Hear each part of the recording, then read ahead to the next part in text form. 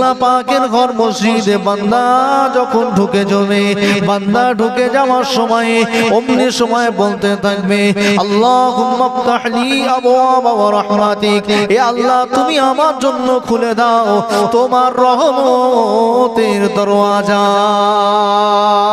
যে বান্দা মসজিদে ঢোকার সময় বলল আল্লাহ তুমি আমার জন্য রহমতের দরওয়াজা খুলে দাও, ওই বান্দাটা মসজিদের ভিতরে গিয়ে ইমাম যদি কেরাত বড় করে রাগ হয়, যে বান্দাটা বলল আল্লাহ রহমতের দরওয়াজা খুলে দাও, ওই বান্দাটা মসজিদের ভিতরে চলে গেল, মসজিদের ভিতরে গিয়ে ঘুমাতে শুরু করলো, ওই বান্দাটা মসজিদের ভিতরে চলে গেল, ওই বান্দাটা মসজিদের ভিতরে গিয়ে ওখানে দুনিয়াদারি কথাবার্তা আলোচনা করতে লাগলো। যে বান্দাটা বলল রহমতের দরওয়াজা খুলে দাও, ওই বান্দাটা মসজিদের মধ্যে বসে পার্টির কথাবার্তা আলোচনা করছে। যে বান্দাটা বলল আল্লাহ রহমতের দরওয়াজা খুলে দাও, ওই বান্দাটাই মসজিদের ভিতরে ঢুকে খৈনি ডলছে। যে বান্দাটা বলছে আল্লাহ তুমি আমার জন্য রহমতের দরওয়াজা খুলে দাও, সেই বান্দাটাই ফোন নিয়ে মসজিদের রীতিমতো ফোনে কথা বলছে।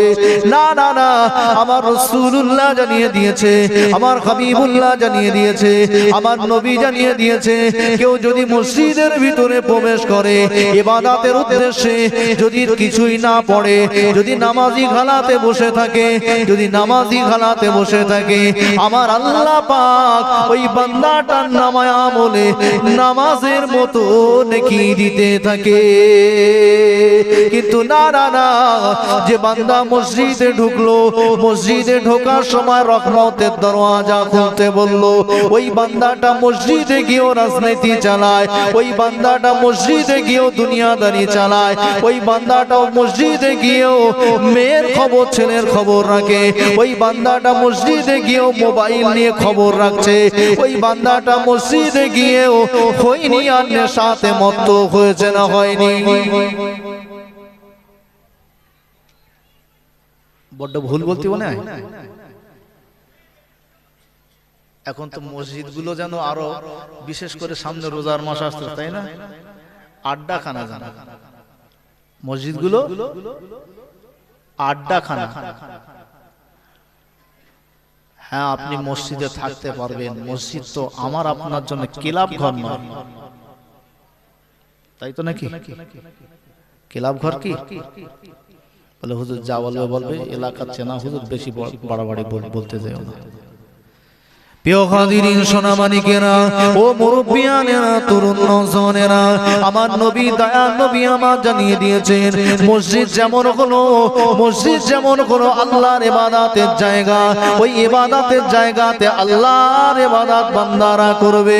না না না, ওই বান্দার ইবাদত যখন করতে লাগবে, ওই বান্দার ইবাদতটা মসজিদে যখন সিজদা দেবে, কিন্তু না না না, আমার আল্লাহ পাক রব্বুল আলামিন নবী বললেন আল্লাহর বান্দারা নাটা পুকুরের জমিনে মসজিদে যখন নামাজ আদায় করবে, আল্লাহর বান্দারা আল্লাহর উদ্দেশ্যে সিজদা দিয়ে দেবে, সিজদা দিয়ে দিয়ে বলতে লাগবে সুবহানা রাব্বিয়াল আ'লা, সুবহানা রাব্বিয়াল আ'লা, সুবহানা রাব্বিয়াল আ'লা।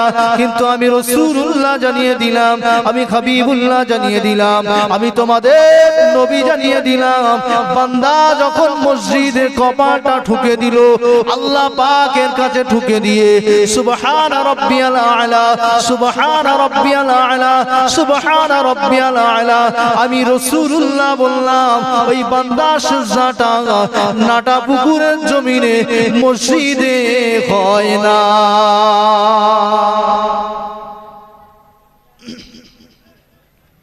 হুজুর তুমি আবার কি বলছো, নাটা পুকুরি সিজদা দিচ্ছি আর নাটা পুকুরি হবে না? না, হয় না। রাসূল বলছেন নাটা পুকুরের জমিনে হবে না। ও সোনার মানিকেরা, ও মুরব্বিয়ানেরা, তরুণ নওজওয়ানেরা, আমার আপনার নবী দয়ার নবী আমার বললেন, বান্দা বান্দি আমার আল্লাহ পাক রব্বুল আলামিন জানিয়েছেন, নাহানু আকরাবু ইলাইহি মিন হাবলিল ওয়ারিদ, বান্দা বান্দির ঘাড়ে শীত যত কাছে আছে তার থেকে বেশি কাছে আমার রব থাকে।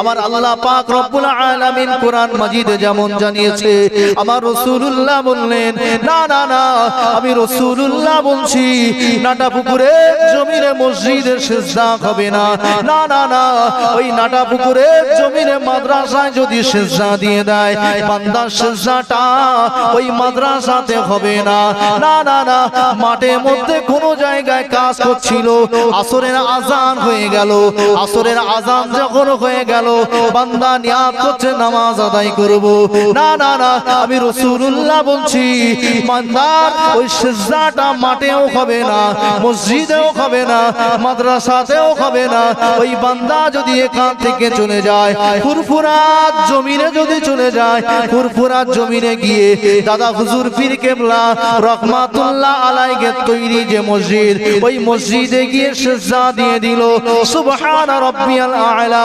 সুবহান রাব্বিয়াল আ'লা, সুবহান রাব্বিয়াল আ'লা, আল্লাহ নবী বলছে ওই সিজদাটা ওখানেও হবে না। আল্লাহর বান্দা বেরিয়ে গেল, ওখান থেকে খাজা গরিবে নওয়াজ হুজুর মাইনুদ্দিন চিশতি রহমাতুল্লাহ আলাইহির মাজার, ওখানে গিয়ে আল্লাহর বান্দাটা খাজা হুজুরের রেখে যাওয়া মসজিদে সিজদা দিয়ে দিল, ওখানে গিয়ে সুবহান রাব্বিয়াল আ'লা, সুবহান রাব্বিয়াল আ'লা, সুবহান রাব্বিয়াল আ'লা। আমার রাসূলুল্লাহ বলছে, দুনিয়ার ভারতের জমিনে ওই খাজা হুজুরের মসজিদেও হবে না, ওখান থেকে চলে গেল বান্দা, ওখান থেকে চলে গিয়ে আল্লাহর নবীর মসজিদ মদিনা শরীফের মসজিদ, মসজিদে নববী শরীফে আল্লাহর নবীর মসজিদে গিয়ে বান্দা বান্দি সিজদা দিয়ে দিল, সুবহান রাব্বিয়াল আ'লা, সুবহান রাব্বিয়াল আ'লা।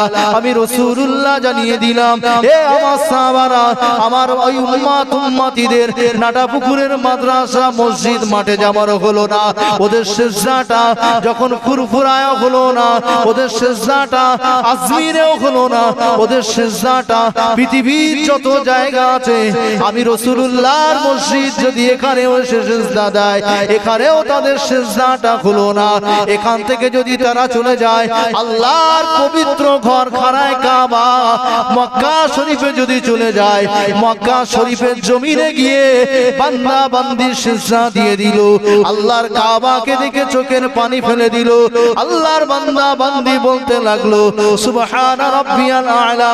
আমি রাসূলুল্লাহ বলছি, দুনিয়ার কোন মসজিদে নয়, দুনিয়ার কোন মাদ্রাসায় নয়, দুনিয়ার কোন কাবায় নয়, আমি রাসূলুল্লাহ জানিয়ে দিলাম, আমি তোমাদের নবী জানিয়ে দিলাম, ইন্নাস সাজাদা ইয়াসজুদু ফি কদামাইনির রহমান, আমার আল্লাহর কুদরতি পা মোবারকের উপরে বান্দার বান্দির কপালটুকু পড়ে যায়।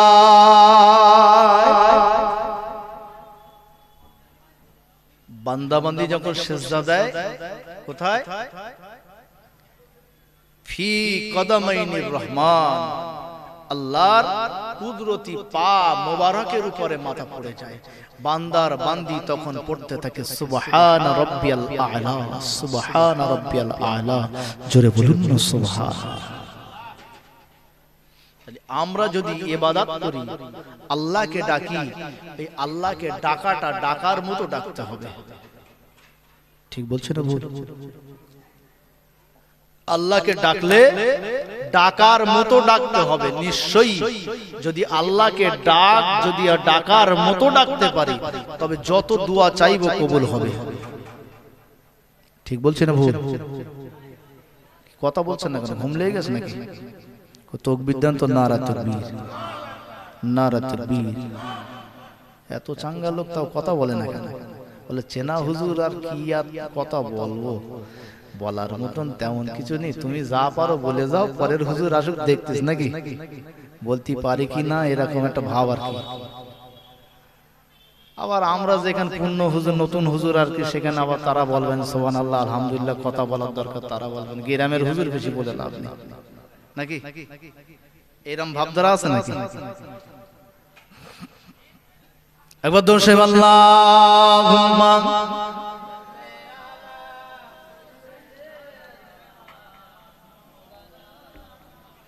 ওয়ালা আলি সাইয়্যিদিনা।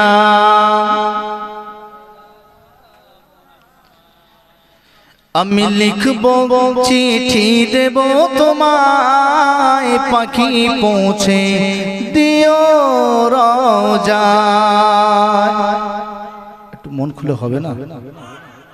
আমি লিখব চিঠি দেব তোমায়, পাখি পৌঁছে দিও রওজায়।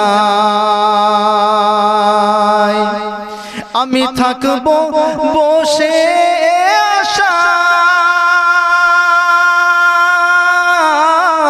চিঠির উত্তর আসবে আমার গায়। আমি লিখব চিঠি দেব তোমায়, পাখি পৌঁছে দিও রওজায়। আমি থাকব বসে আশায়, চিঠির উত্তর আসবে আমার গায়। কবে আসবে মদিনার পায়গাম, গায়ে বাঁধব হাজিদের ঘেরাম। কবে আসবে মদিনার পায়গাম, গায়ে বাঁধব হাজিদের ঘেরাম। আমি ঘুরব মদিনার চারিপাশ, দু চোখে দেখব সবুজই গুম্বাজ। একটু জোরে হবে না? একটু মন খুলে হবে না? আরে গুম্বাজ দেখলে কার না মনটা খুশি হয়, হতো না? আমরাও যদি রাসূলের মাজার মুকাদ্দাসটা দেখতাম খুশি হতো না? এমনি খুশির চোটে কান্না তিন ধরনের হয়, তার মধ্যে একটা কান্না হলো খুশির কান্না, খুশিতে আবেগে একটা কান্না। যদি আমরা রাসূলের মাজার মুকাদ্দাস দেখতে পাই তবে আনন্দে একটা কান্না এসে যায়। আমি ঘুরব মদিনার চারিপাশ, দু চোখে দেখব সবুজই গুম্বাজ। আমি লিখব চিঠি দেব তোমায়, পাখি পৌঁছে দিও রওজায়। আমি লিখব চিঠি দেব তোমায়, পাখি পৌঁছে দিও রওজায়। তৃষ্ণায় কাতর আমার এই মন, তৃষ্ণা মিটাবে কূপে জমজম। সে পানি মাখবো আমি সারা গায়ে, সে পানি মাখবো আমি সারা গায়ে। পাখি পৌঁছে দিও রওজায়। আমি লিখব চিঠি দেব তোমায়, পাখি পৌঁছে দিও রওজায়। আল্লাহুম্মা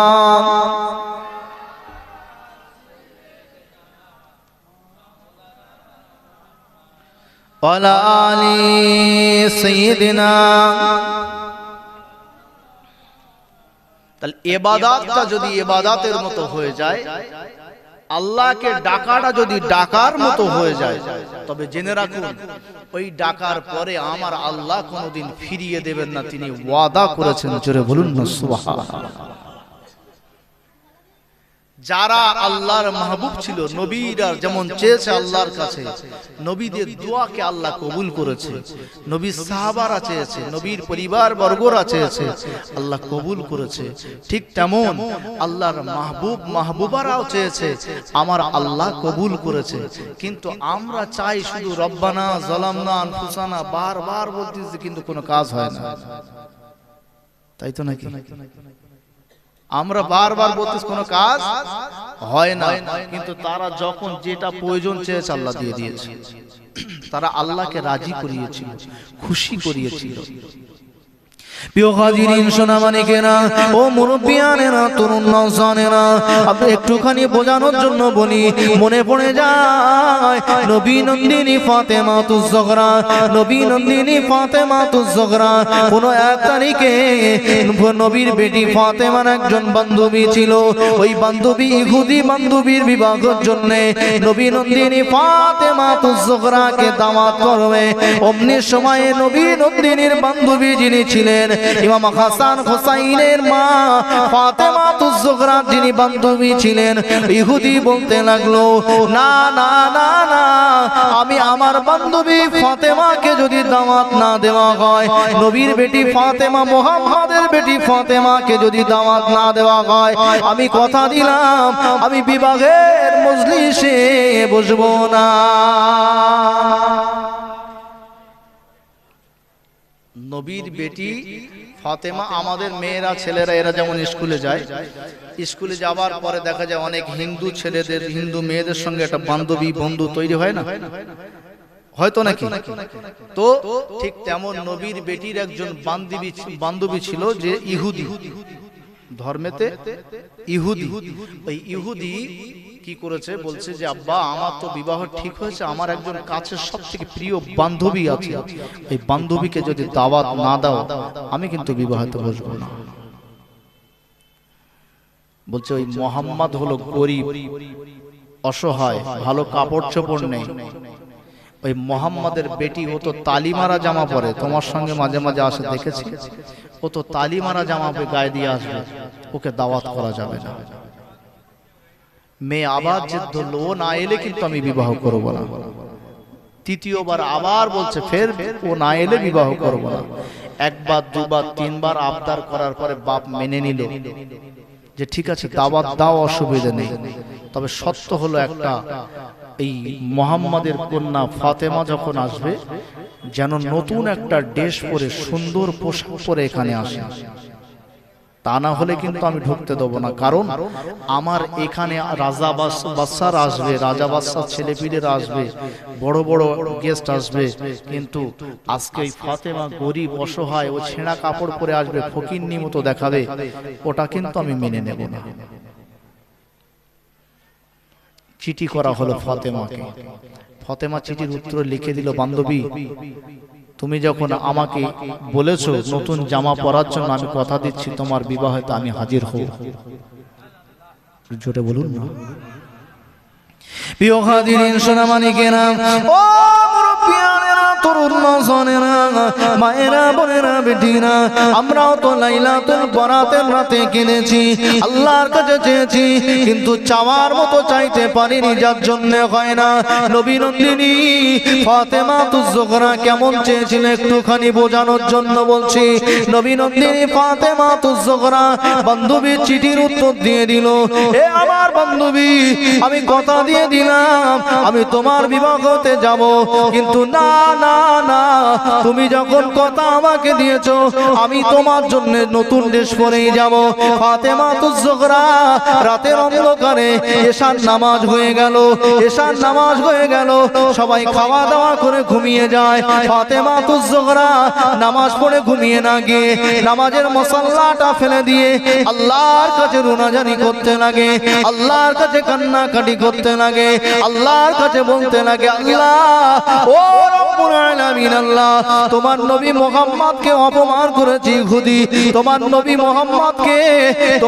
মুহাম্মদকে তোমার বন্ধুকে গরিব বলেছে ভিখারি বলেছে ফকিন্নি বলেছে ও রব্বুল আলামিন আল্লাহ আমি ফাতেমাতুজ জোহরা ওই নবীর বেটি আপনার কাছে সিজদা দিয়ে দিয়েছি আল্লাহ আপনি যদি আমার আশাকে পুরা করে দেন আপনি যদি আমার দোয়াকে কবুল করে নেন তবে আমি সিজদা থেকে মাথা তুলবো নচেত আমি ফাতেমা সিজদা থেকে মাথা তুলবো না।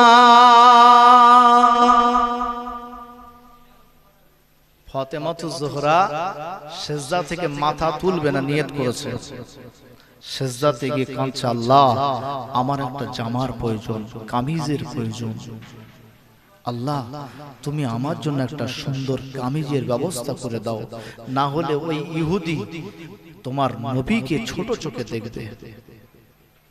নবীকে ছোট চোখে দেখে। নবী নন্দিনী ফাতেমা তুজ জোহরা রাতের অন্ধকারে যখন সিজদাতে গিয়ে কাঁদতে লাগলো, গভীর রাত হয়ে যায়, গভীর রাত হয়ে যায়। ফাতেমা তুজ জোহরা সিজদাতে গিয়ে কাঁদতে লাগে। ফাতেমা তুজ জোহরা সিজদাতে গিয়ে কাঁদতে কাঁদতে ফজরের সময় হয়ে গেল। ফজরের আযানের আগে নবীর আমার অমনি সময় সে বলতে লাগলো, ও বেটি ফাতেমা, বেটি ফাতেমা, আমি তোমার আব্বা এসেছি মা। ও বেটি ফাতেমা, আমি তোমার দরওয়াজায় এসেছি মা। আল্লাহর নবী এসে বলতে লাগলো, ফাতেমা, ও বেটি ফাতেমা, এই নাও এই বস্তুটা, প্যাকেটটা তোমার কাছে রেখে দাও। ফাতেমা তুজ জোহরা বাপ যে প্যাকেটটা দিয়েছে না দেখে চুপচাপ রেখে দিল। ফজরের সময় হয়ে গেল, ফজরের নামাজ আদায় করে নিল। ফজরের নামাজ আদায় করে নিয়ে নবীর বেটি আবার সিজদাতে পড়ে গেল। আল্লাহ, ইহুদির বেটির বিবাহতে যাব নিয়াত করেছি। আল্লাহ, তোমার নবী কি অপমানিত হবে? আল্লাহ, তোমার হাবিব কি অপমানিত হবে? আল্লাহ নবীর বেটি যখন কাঁদে, আমার রাসূলুল্লাহ এসে বলতে লাগলো, আমার হাবিবুল্লাহ এসে বলতে লাগলো, আমার নবী এসে বলতে লাগলো, ও বেটি ফাতেমা, ও বেটি ফাতেমা, তোমার কাছে যে ব্যাগটা দিয়ে গিয়েছিলাম, ওই ব্যাগটা একটু আমার কাছে দাও। ওই ব্যাগটার মধ্যে আমার আল্লাহ জান্নাত থেকে তোমার জন্য কামিজ পাঠিয়ে দিয়েছে।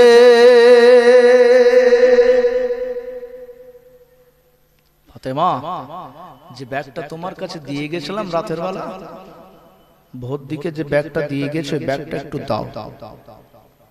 ওই ব্যাগটার মধ্যে আমার আল্লাহর কাছে তুমি কান্নাকাটি করেছো, বলেছো একটা দেশের প্রয়োজন আছে, আমার আল্লাহ জান্নাত থেকে তোমার জন্য কামিজ পাঠিয়ে দিয়েছে। জোরে বলুন না।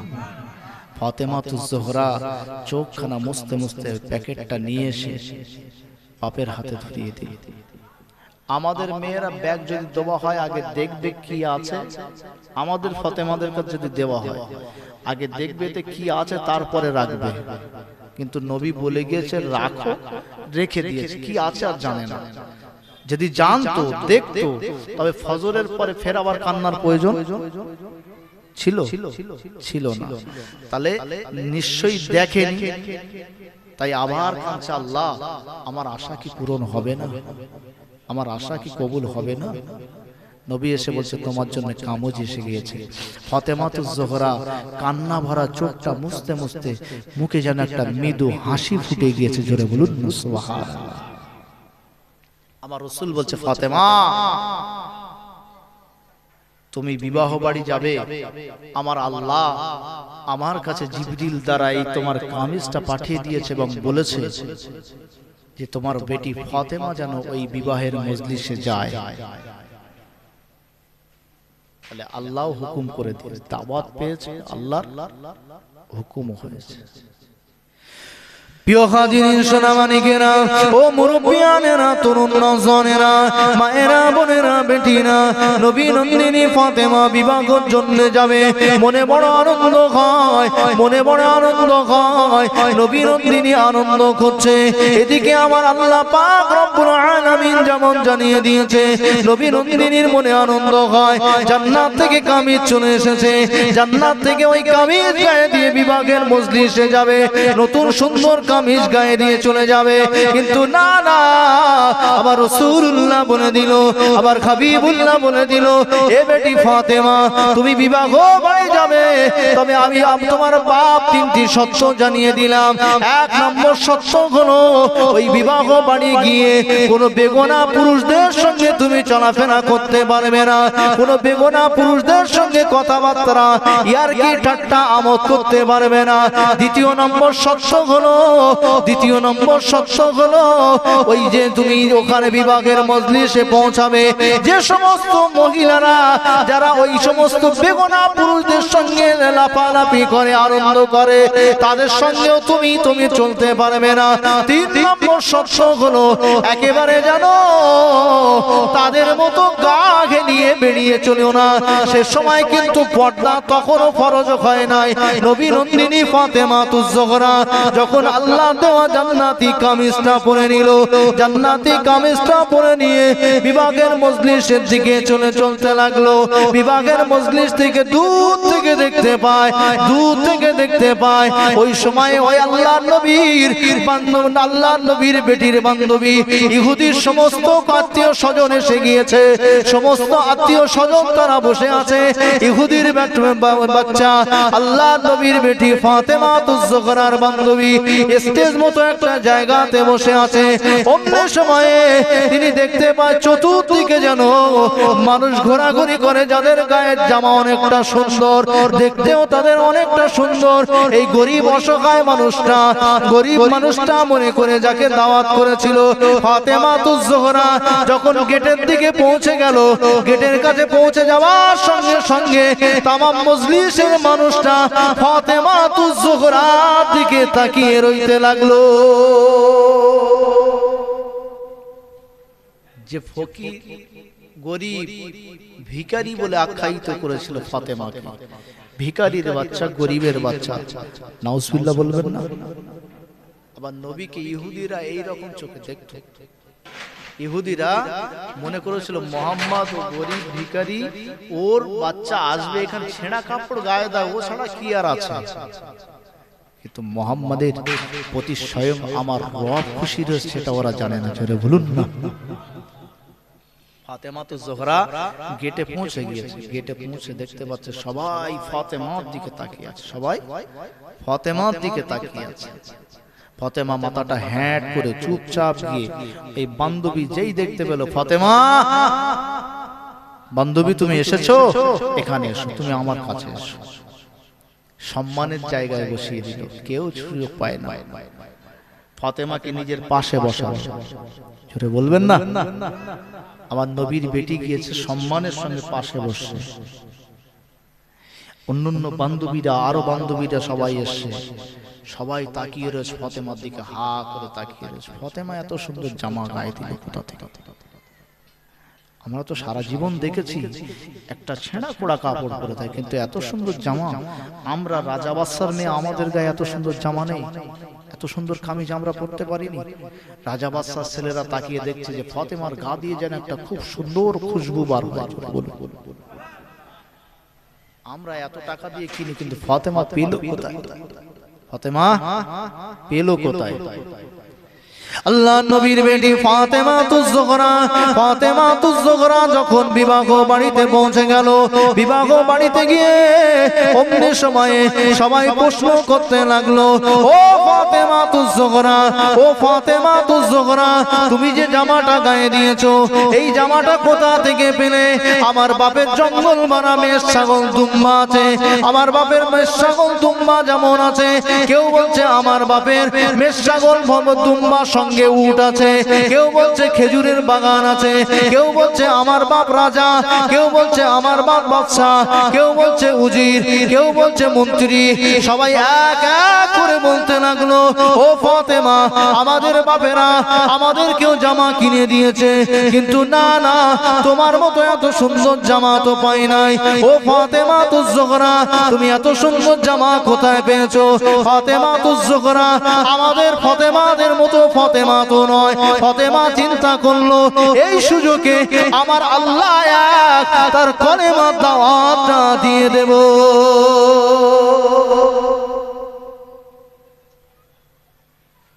আমার বাপ যে কলেমার জন্য এই ইহুদির কাছে মার খাই, কলেমার দাওয়াত আজকে সুযোগ পেয়ে দিয়ে দেব, দাওয়াতটা দিয়ে দেব। ফাতেমাকে বলছে, ফাতেমা, আমি বাপের একটা মেয়ে, আমি বাপের একটা মেয়ে, আমার বাপের মেষ ছাগল দুম্বা আছে, উট আছে, রাজা বাদশা, তা আমার তো এত সুন্দর জামা হয়নি। কোন দোকানতে নিয়েছো বলো, কোন দোকানতে নিয়েছো বলো, আমি সেই দোকানে যাব। আমার বাপ কি সেই দোকানটায় যায়নি, দেখেনি সেই দোকানটা?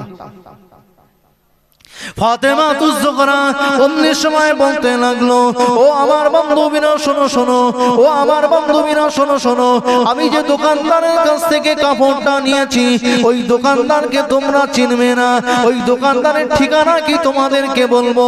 আমি যে দোকান থেকে নিয়েছি ওই দোকানটা তোমরা চিনবে না, তোমাদের বাপেরাও চেনে না, ওই দোকানের ঠিকানাটা কি তোমাদেরকে বলবো? ওই দোকানের ম্যানেজারকে তোমরা চিনবে না, তোমাদের বাপেরাও চিনবে না, ওই দোকানের ম্যানেজারের কথা কি তোমাদেরকে একটু শোনাবো? ফাতেমা তুজ-জোহরা অমনি সময় যখন এই কথা বলে দিয়েছে, ফাতেমা তুজ-জোহরার কথা শুনে বান্ধবীরা বলতে লাগলো, দুনিয়ায় কেমন দোকান আছে ওই দোকানদারকে আমাদের বাপেরা চিনবে না, ওই দোকানের ম্যানেজারকে চিনবে না, ওই দোকানকে চিনবে না। ফাতেমা তুজ-জোহরা চোখ চোখ চলচল চলচল করে উঠলো। অমনি সময় বলতে লাগলো আমার বান্ধবীরা, ও বুবুরা, এই দোকানের মালিক হলো স্বয়ং আমার আল্লাহ।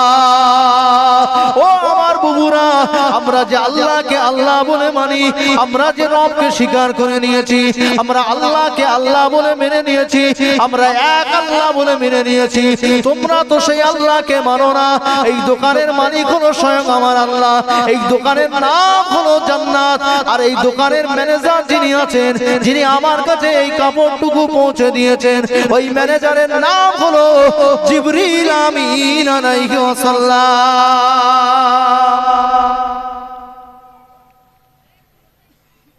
তোমরা দুনিয়ার দোকান থেকে কিনেছো, আমি কিনেছি কোথা থেকে? জান্নাত। তোমরা যদি ওই দোকানের ঠিকানা জানতে চাও, ওই দোকানের মালিক হলো আল্লাহ, দোকান হলো জান্নাত। বলছে কোথায় কোথায়? অনেক আছে না এরকম, কোথায় সে কোথায়? অনেক হিন্দুরা আছেন এরকম, জানেন ওরা জান্নাত বললে বা আমাদের আদি শব্দ কিছু বললে তারা বলতে পারবে। ফাতেমা তুজ-জোহরা অমনি সময় বলতে লাগলো, ফাতেমা তুজ-জোহরা বলতে লাগলো, ও বুবুরা, আমার ওই দোকানদারকে চিনতে গেলে দোকানদারকে আল্লাহ বলে স্বীকার করে নিতে হবে, আল্লাহ বলে মেনে নিতে হবে। ওই দোকানদারের দোকান থেকে মাল নিতে গেলে আগে দোকানদারের প্রিয় হতে হবে, আগে দোকানদারকে ভালোবাসতে হবে, দোকানদারের ইবাদত করতে হবে, দোকানদারকে সঠিকভাবে চিনতে হবে, সঠিকভাবে মানতে হবে। ওই দোকানদার তবে ম্যানেজারকে হুকুম দেবে মাল দেওয়ার জন্য। নচেত তোমাদের সারা জিন্দেগি যদি তপস্যা করো, সারা জিন্দেগি যদি তোমরা চেষ্টা করো, ওই দোকানের মাল তোমাদের জন্য কেনা সম্ভব হবে না। ও সোনা মানিকেরা, ফাতেমা তুজ-জোহরা তার জিন্দেগি জীবনে বহুবার এই রকম পরীক্ষা আল্লাহ পাক রব্বুল আলামিনের নবীর বেটি ফাতেমা তুজ-জোহরা জীবনে ঘটিয়েছে। আল্লাহর নবীর বেটি ফাতেমা তুজ-জোহরা কোন এক তারিখে দেখতে পাওয়া যায়, কিতাবের পৃষ্ঠাটা আলগা করলে দেখতে পাওয়া যায়, ফাতেমা তুজ-জোহরা কোন এক তারিখে নবী আমার মদিনার মসজিদে নববী শরীফে, মদিনার মসজিদে নববী শরীফে নবী আমার বসে আছে, সাহাবাদেরকে নিয়ে কথা বলে। আল্লাহর নবীর জামাতা যাকে জিন্নুরাইন বলা হতো, উসমান গনি রাদিয়াল্লাহু তাআলা আনহু, উসমান গনি রাদিয়াল্লাহু তাআলা আনহু, যিনি আমার রাসূলুল্লাহ দুটো কন্যাকে বিবাহ করেছিল, ওই উসমান গনি বলতে লাগলো, ইয়া রাসূলুল্লাহ, ইয়া হাবিবাল্লাহ হুজুর, ইয়া রাসূলুল্লাহ, ইয়া হাবিবাল্লাহ হুজুর, আমি উসমান গনি আগামী কাল দুপুর বেলা আপনি সহ আপনার সমস্ত সাহাবাদেরকে দাওয়াত দিয়ে দিলাম। আপনি সহ আপনার সমস্ত সাহাবাদেরকে দাওয়াত দিলাম। যখনই এই কথা বলেছে নবী আনন্দ করছে, এই সাহাবারা তোমরা যাবে তো? আমার উসমান দাওয়াত দিয়েছে। জোরে বলবেন না? সে জামানায় এখন তো মানুষ খাওয়া ফেলে দিতে হয়, সে সময় এত দুর্ভিক্ষ ছিল, এত কষ্ট ছিল, তারপরেও আমার রাসূল যদি একবার বলতো আল্লাহ আল্লাহ আমার এটার প্রয়োজন, সঙ্গে সঙ্গে পেয়ে যেত না, যেত না।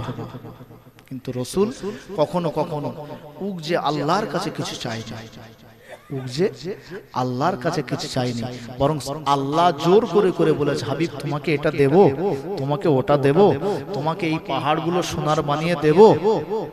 আমার রাসূল বলেছিল, আল্লাহ ওই দোয়াটা রেখে দেন, ওই দোয়াটার বদৌলতে আমি আল্লাহর তোমার কাছে কিয়ামতের দিনে যেদিন তোমার নাম হবে কাহার, বিচার শক্ত হবে, ওই দিনে আমি আপনার ওই দেওয়া দোয়াটা শোনার বদলে আমার সোনার উম্মতিকে জান্নাতে নিয়ে যাব।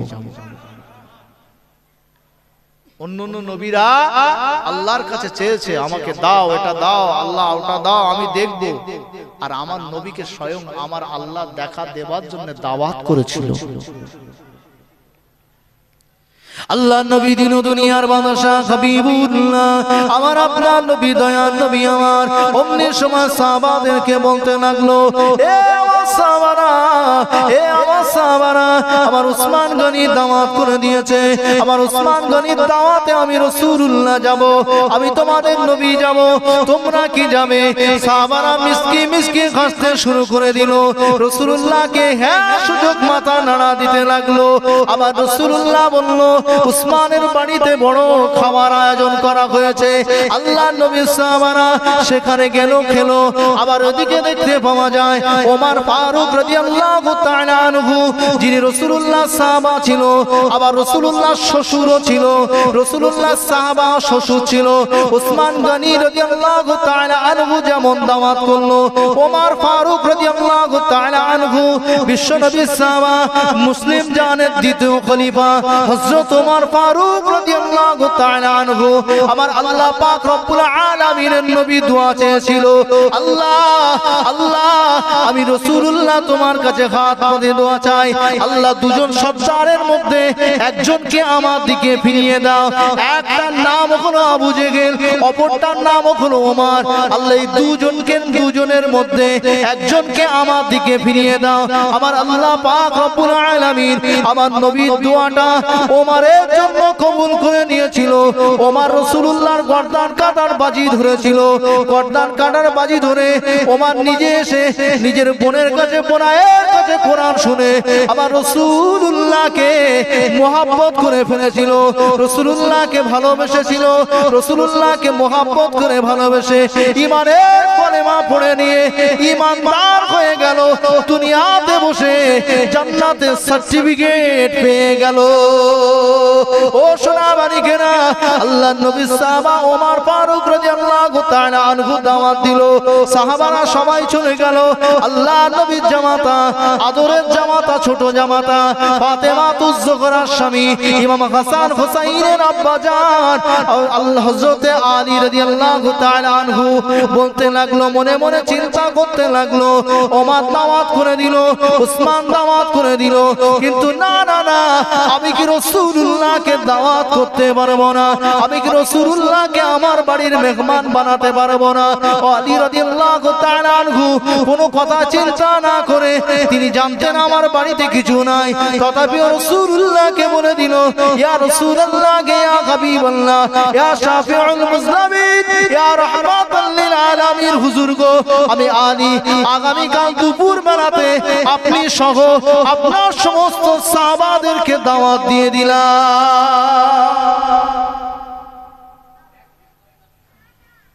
মনটা চিন্তা করছে, চিন্তা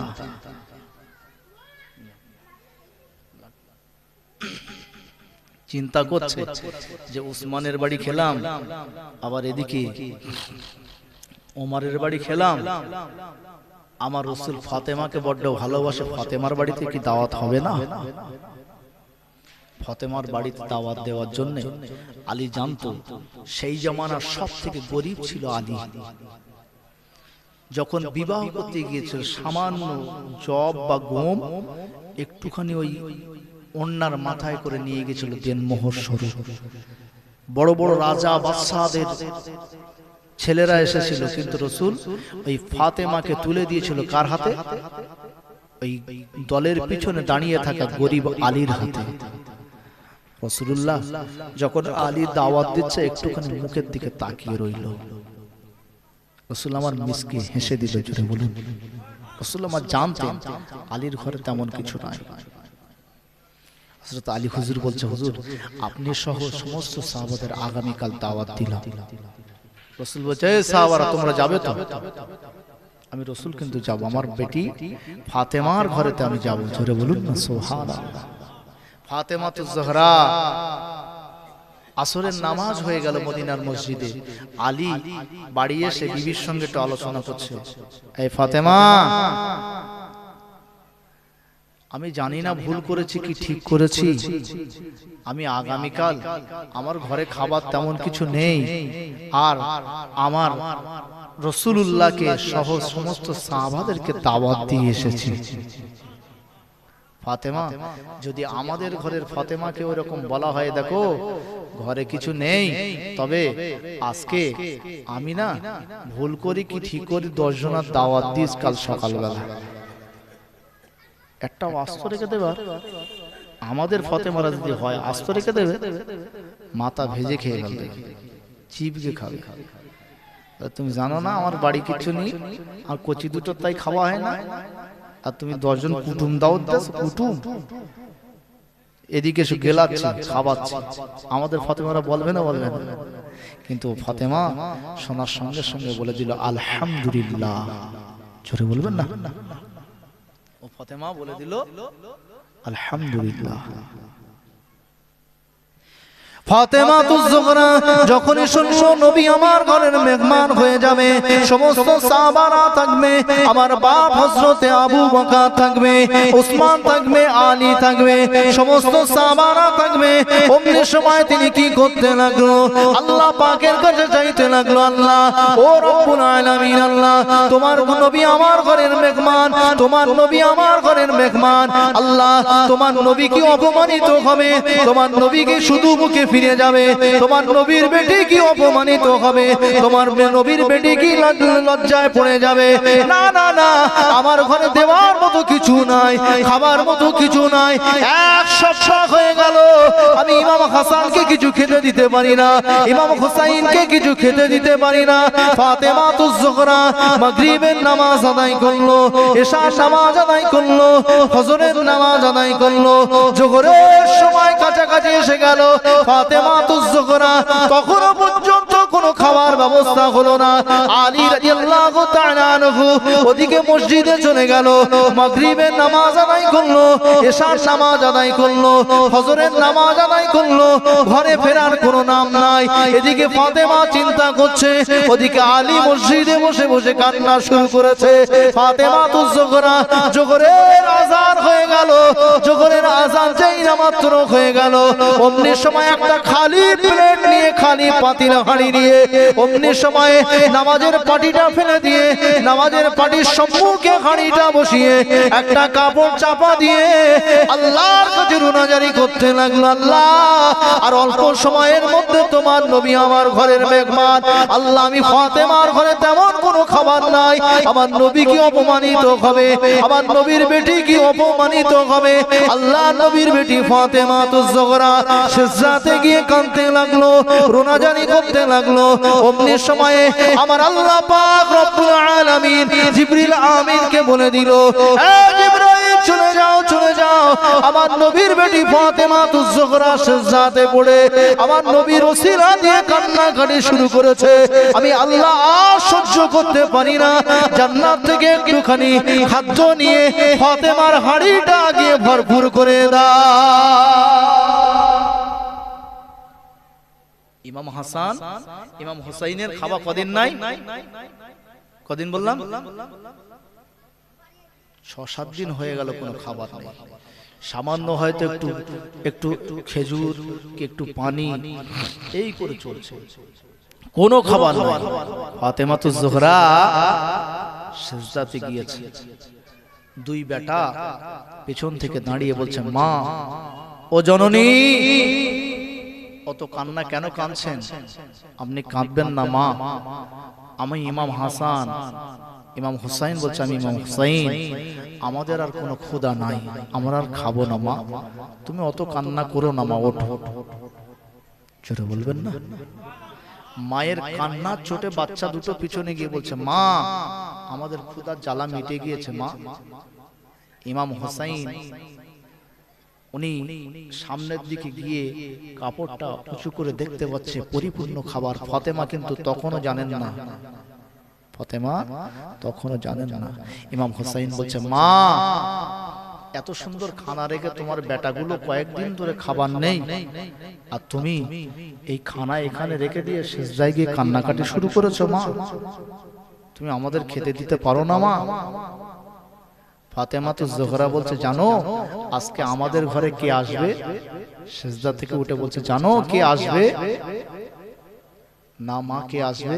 তোমার নানু ভাই আজকে আখিরি পয়গম্বর রাসূলুল্লাহ আজকে আমার বাড়ির মেহমান হয়ে যাবে।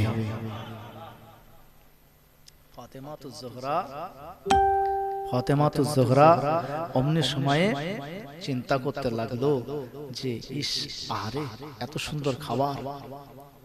নবী ওদিক দিয়ে জোহরের নামাজ পড়ে আলীকে বলছে, যাও বাড়িতে গিয়ে বলে দাও যে পেয়ালায় খাদ্য আছে, ওই খাদ্যটা যেন আমি রাসূল যাবার আগে কেউ বন্টন না করে, কেউ বন্টন না করে। আমার রাসূলুল্লাহ জানতেন না? জানতেন না? আল্লাহ জানিয়ে দিয়েছে এখানে খাবার এসে ওখানে খবর হয়ে গিয়েছে। আলী চিন্তা করছে, খাবার তো কাল থেকে আমি এখানে বসে রয়েছি, খাবার এলো কোত্থেকে? নিশ্চয়ই রাসূল যখন বলেছে এতে কোনো সন্দেহ নেই, আমার বাড়ি খাবারের পেয়ালা লোড আছে। জোরে বলুন না সুবহানাল্লাহ। হযরত আলী ছুটে ছুটে ছুটে ছুটে বাড়ির দিকে রওনা হয়ে গেল। বাড়ির দিকে রওনা হয়ে গিয়ে বাড়িতে পৌঁছে গিয়ে ফাতেমাকে হাত দিয়ে বলতে লাগলো, ফাতেমা, ও নবী নন্দিনী ফাতেমা, ও খাতুনে জান্নাত ফাতেমা, ও ইমাম হাসান হুসাইনের আম্মা ফাতেমা, আমার বাড়িতে যে পেয়ালার মধ্যে খাদ্য রাখা আছে ওই খাদ্যটা যেন খবরদার তুমি খুলবে না, ওই খাদ্যটা যেন বন্টন করবে না, ওই খাদ্যটা যেন কাউকে খেতে দেবে না। আমার রাসূলুল্লাহ জানিয়েছে, আমার হাবিবুল্লাহ জানিয়েছে, আমার নবী জানিয়েছে ওই খাদ্যটা নিজে গিয়ে বন্টন করবে। আল্লাহর নবী যখন আসলো, ছোট্ট একটা পেয়ালা, যে পেয়ালাটার মধ্যে খাদ্য রাখা আছে, এখনকার সময়ের মানুষদেরকে যদি দেওয়া হয় দুজন মানুষে খেয়ে পরিপূর্ণ করে দেবে, সম্পূর্ণ পেট তাদের ভরবে না।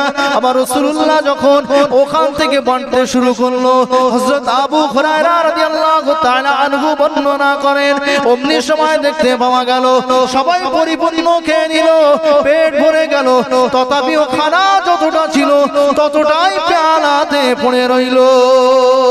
ও সোনা মানিকেরা, ও মুরব্বিয়ানেরা, তরুণ নওজওয়ানেরা, আমার নবী সাহাবারা জানতো আমার রাসূলুল্লাহ যখন খাত দিয়েছে, আমার নবী যখন খাত দিয়েছে, নিশ্চয় নিশ্চয় এই খানার বরকত আমার আল্লাহ দিয়ে দেবে। আল্লাহর নবী সাহাবা হযরত আবু হুরায়রা বর্ণনা করেন, আমরা যখন মক্কা ছেড়ে মদিনাতে চলে এসেছি, আমরা অনেকেই ছিলাম যারা আহলে সুফফাতে বাস করতাম, যাদেরকে ইসলাম কবুল করার জন্য বাপ তাড়িয়ে দিয়েছে, মা তাড়িয়ে দিয়েছে, গ্রামবাসী তাড়িয়ে দিয়েছে, মামা তাড়িয়ে দিয়েছে, আত্মীয় স্বজনেরা তাড়িয়ে দিয়েছে। অমনি সময় আমরা যখন আহলে সুফফাতে থাকতাম, না না না, আমাদের খাবার মতো তেমন কিছু ছিল না, যাটুকু আমার রাসূলুল্লাহর ঘরে খাবার জুটতো তা থেকে আমাদেরকে খাবার দেওয়া হতো। এক তারিখে দেখতে পাওয়া গেল আমার রাসূলুল্লাহ দরবারে তেমন কোনো খাবার নাই, আমার রাসূলুল্লাহ দরবারে তোহফা স্বরূপ একটুখানি এক পেয়ালা দুধ এসেছে। আমার রাসূলুল্লাহ সাহাবাদের মাঝে এসে বলতে লাগলো, সাহাবারা, এই এক পেয়ালা দুধ ছাড়া আর কিছু খাবার নাই। আমি রাসূলুল্লাহ নিজে হাতে ধরে রাখলাম, তোমরা খেতে শুরু করো, যে যতটা পারো খাও। আল্লাহ নবী সাহাবারা খেতে লাগলো, আল্লাহ নবী সাহাবারা খেতে শুরু করে দিল। হযরতে আবু হুরায়রা বলতে লাগলো, আমরা এত খাওয়া খেয়েছি, এত খাওয়া খেয়েছি, খাবার পরে দেখতে পাওয়া যায় আমাদের গালে যদি আঙুল দেওয়া হতো, আঙুলে দুধ আমাদের ঠেকে যাচ্ছিল।